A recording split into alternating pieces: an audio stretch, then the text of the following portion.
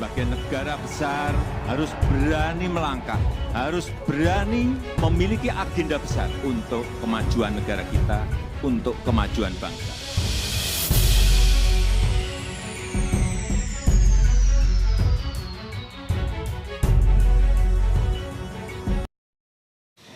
Bismillahirrahmanirrahim. Assalamualaikum warahmatullahi wabarakatuh. Kali ini Presiden Joko Widodo benar-benar menggemparkan publik NKRI dengan pidatonya yang sangat luar biasa, mempersatukan semua elemen yang ada di bangsa Indonesia sehingga melahirkan kemajuan yang progresif terhadap bangsa Indonesia. Tanpa berlama-lama, langsung kita simak secara tuntas informasi langsung dari Presiden Joko Widodo. Sesuai dengan desain kita, tetapi memang masih memerlukan waktu yang panjang. Ini dimulai baru tahun 2021-22. Akan selesai kira-kira 10-15 tahun yang akan datang. Ini masih sangat panjang. Jadi kalau Bapak Ibu Gubernur, Bupati, dan Wali Kota tadi melihat ini baru awal.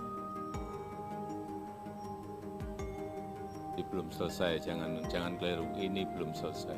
Mungkin baru 20%. Dan titik-titik spot yang dibangun di sini juga bukan hanya kawasan inti pemerintahan yang ada Istana Presiden dan Wapres, kemudian Kemenko, Kementerian, banyak yang masih belum dibangun.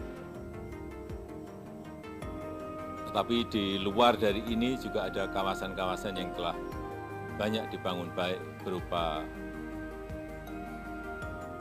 hotel, universitas, rumah sakit.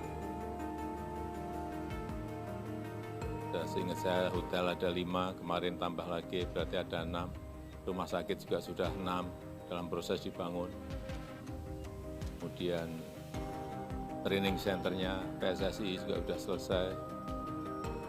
Dan ada berapa dimulai properti perumahan, semuanya sudah dimulai. Dan fasilitas-fasilitas pendukung lainnya. Saya ingin menyampaikan bahwa IKN ini adalah contoh kota masa depan yang dibangun dengan rencana dan konsep untuk masa depan. Konsepnya Forest City, jadi kota hutan, bukan kota beton. Saya kira di semua provinsi, kabupaten, dan kota bisa merencanakan dan mengkonsep kotanya itu ingin dijadikan kota apa. Saya sudah berkali-kali menyampaikan.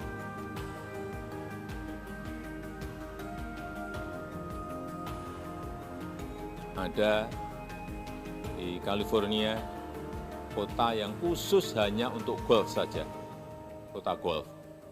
Ada 37 padang golf di sana. Hanya itu, nggak ada yang lain. Kemudian juga ada High Point di North Carolina, ada juga. Itu hanya khusus untuk kota mebel saja. Mebel, nggak ada kemanapun, nggak ada kecualiannya mebel. Ini kita sebenarnya punya kekuatan besar. Jepara. Pak Bupati Jepara ada.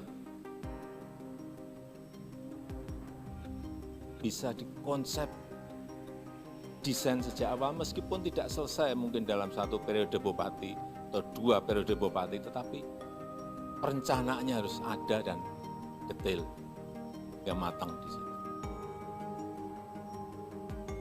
Kemudian ini juga kita konsep Smart City.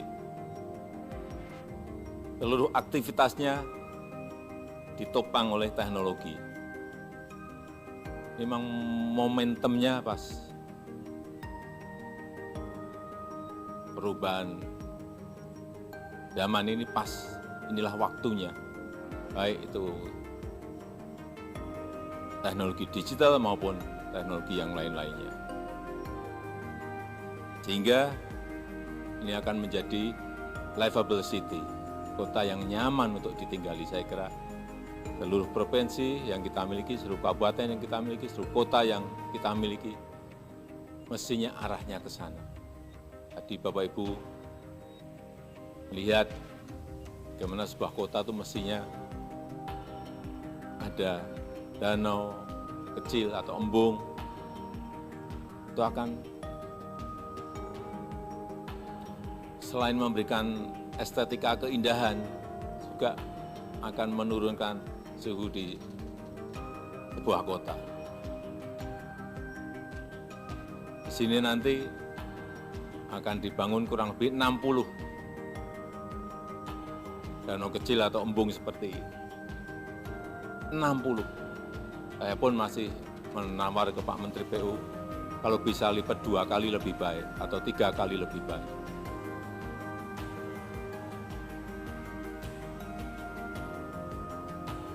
Dan itu bisa kita lakukan. Dan juga tidak mahal. APBD punya kemampuan. Tapi memang harus direncanakan. Harus didesain. Jangan seadanya. Kalau ada airnya, dari sisi estetika, dari sisi keindahan semuanya, berikan ke arsitek landscape yang memiliki kemampuan untuk membangun ini.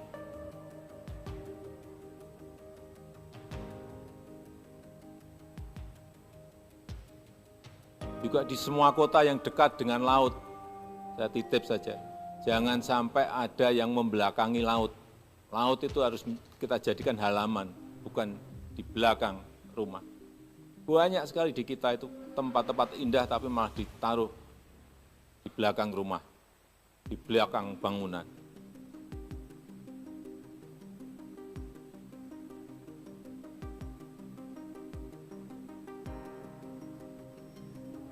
Dan juga ke depan nanti akan menjadi tren penggunaan energi hijau. Sini juga sampai saat ini 100% sudah menggunakan energi hijau, 100%. Nanti kalau ini sudah dimulai, dinyatakan mulai, semua kendaraannya juga harus kendaraan listrik. Kemarin pagi saya cek di Ibu Kota Nusantara, berapa air quality index-nya? 6. Hanya 6. Ada kendaraannya belum listrik. Kalau kendaraannya listrik mungkin jadi 0.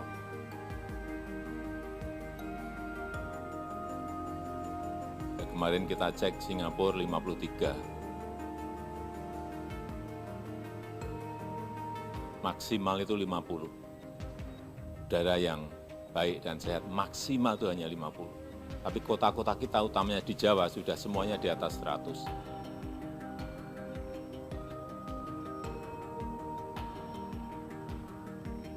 Ini yang harus juga dicermati oleh Bupati, Wali Kota, Gubernur.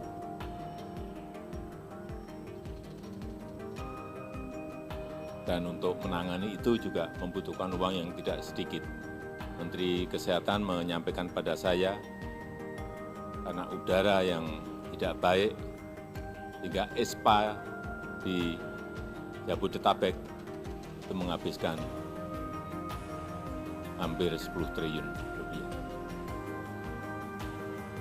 Uang yang tidak sedikit kita pakai untuk menangani kesehatan karena adanya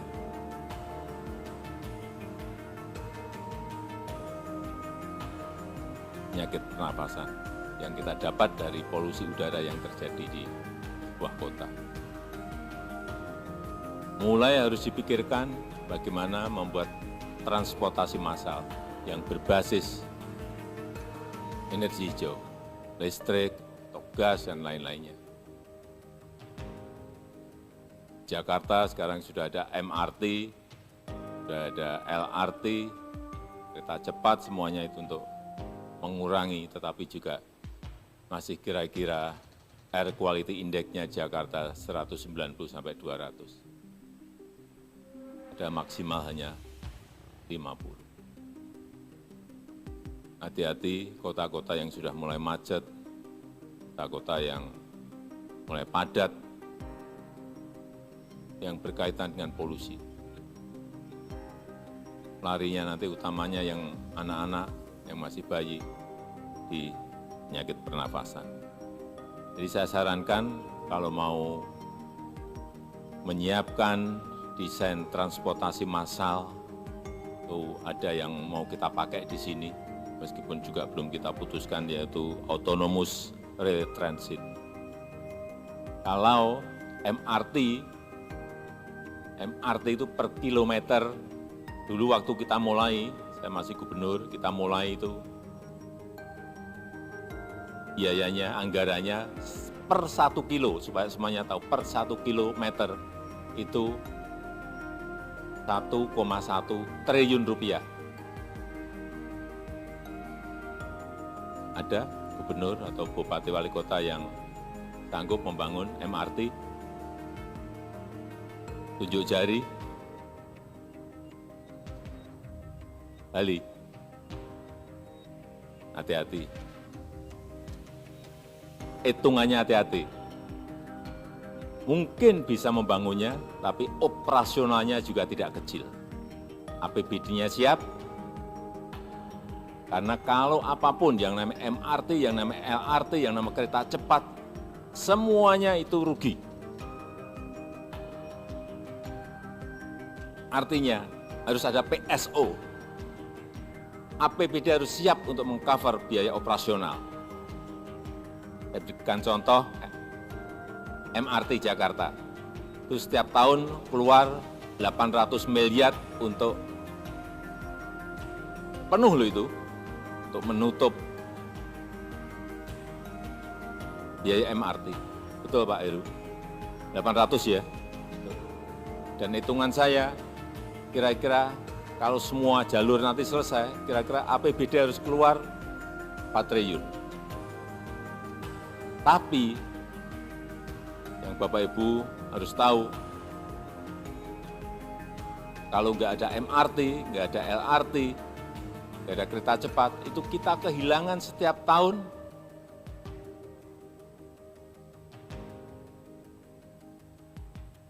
karena kemacetan itu 65 triliun. Kalau Jabodetabek mungkin sudah di atas 100 triliun. Pilih mana? Pilih dibelikan MRT, LRT, atau kereta cepat, atau uangnya hilang karena kemacetan setiap tahun lebih dari 100 triliun. Semua kota utamanya itu harus mulai ngitung ini. Kalau yang ini, autonomous rail transit,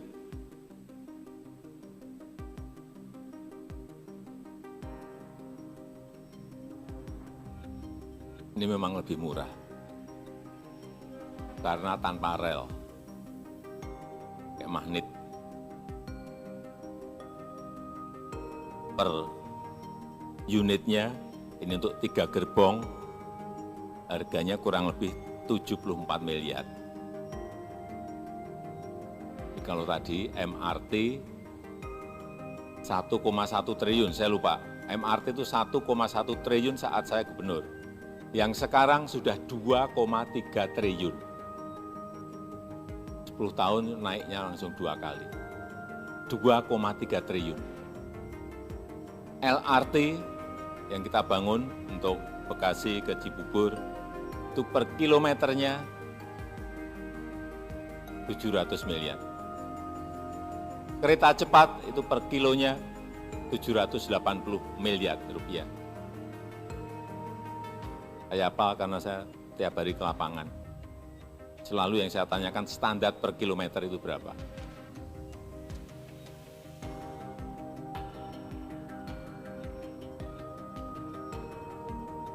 Ini jadi sekali lagi, 1 unit untuk 3 gerbong itu 74 miliar.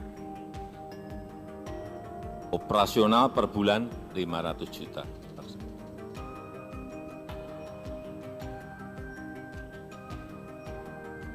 Di kota-kota yang mulai macet, saya kira saya melihat tidak hanya di Jawa saja, di luar Jawa pun sekarang sudah mulai macet. Ini mulai harus dipikirkan transportasi massalnya apa.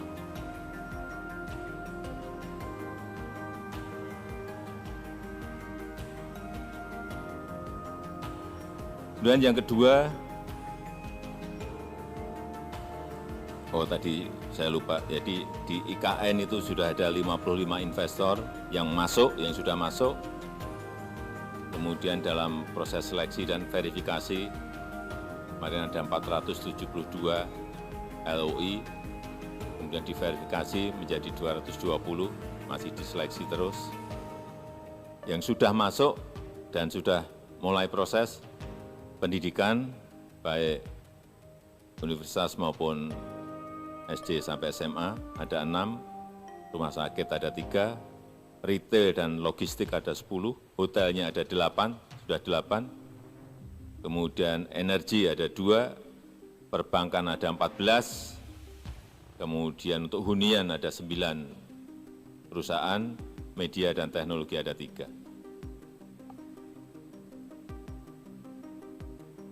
Jadi saya kira Bapak Ibu semuanya bisa meniru konsep kalau memang APBD kita nggak siap, ya model investasi. Tapi untuk menarik investasi itu memang membangun trust, membangun kepercayaan itu yang paling sulit. Kalau percaya di daerah saya, di provinsi saya, di kota saya, di kabupaten saya, punya potensi, punya keunggulan, tapi kok nggak datang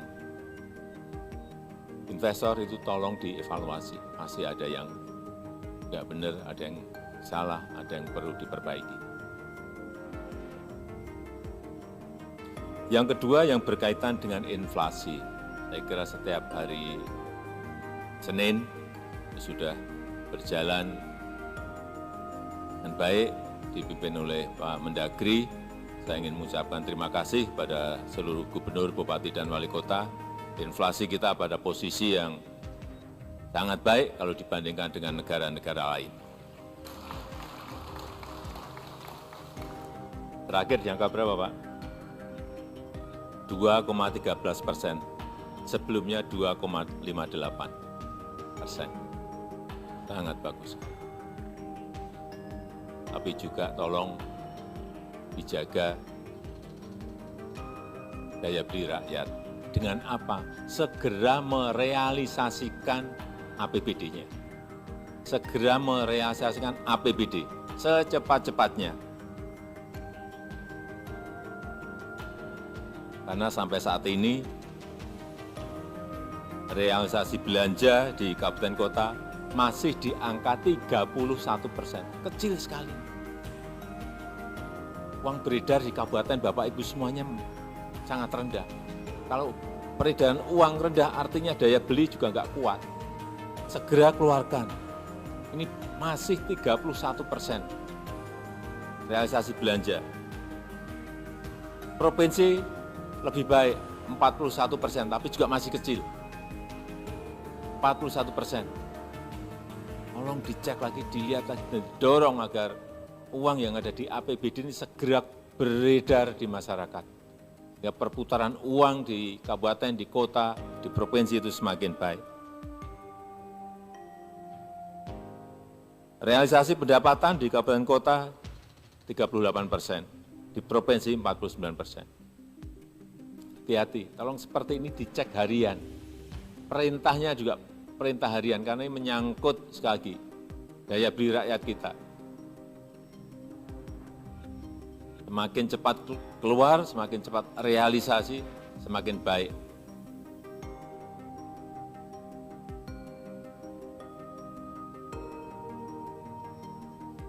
Yang terakhir, yang berkaitan dengan pilkada.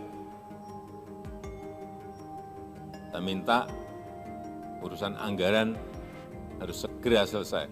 Anggaran untuk pilkada. Juga yang berkaitan dengan keamanan. Koordinasikan dengan Forkompinda, karena ini belum pernah kita memiliki pengalaman untuk melaksanakan pilkada serentak. Kalau dulu nggak serentak, bisa keamanan dibantu dari kabupaten lain, dari provinsi lain, dari daerah lain. Sekarang semua serentak semuanya, sehingga betul-betul ini dibicarakan. Kalau ragu-ragu dan memerlukan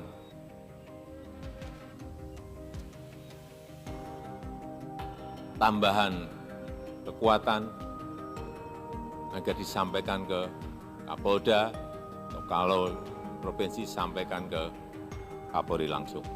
Nah, ini menyangkut keamanan dan ketertiban nanti di dalam kegiatan pilkada yang kita akan lakukan nanti di bulan November. Saya rasa itu yang ingin saya sampaikan dalam kesempatan yang baik ini, dan lagi saya sangat berterima kasih para gubernur, bupati, dan wali kota yang telah hadir di ibu kota negara Nusantara ini, dan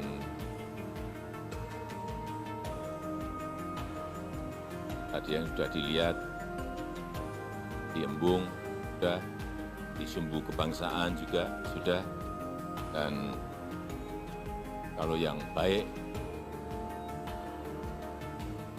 ya bisa di copy, bisa ditiru,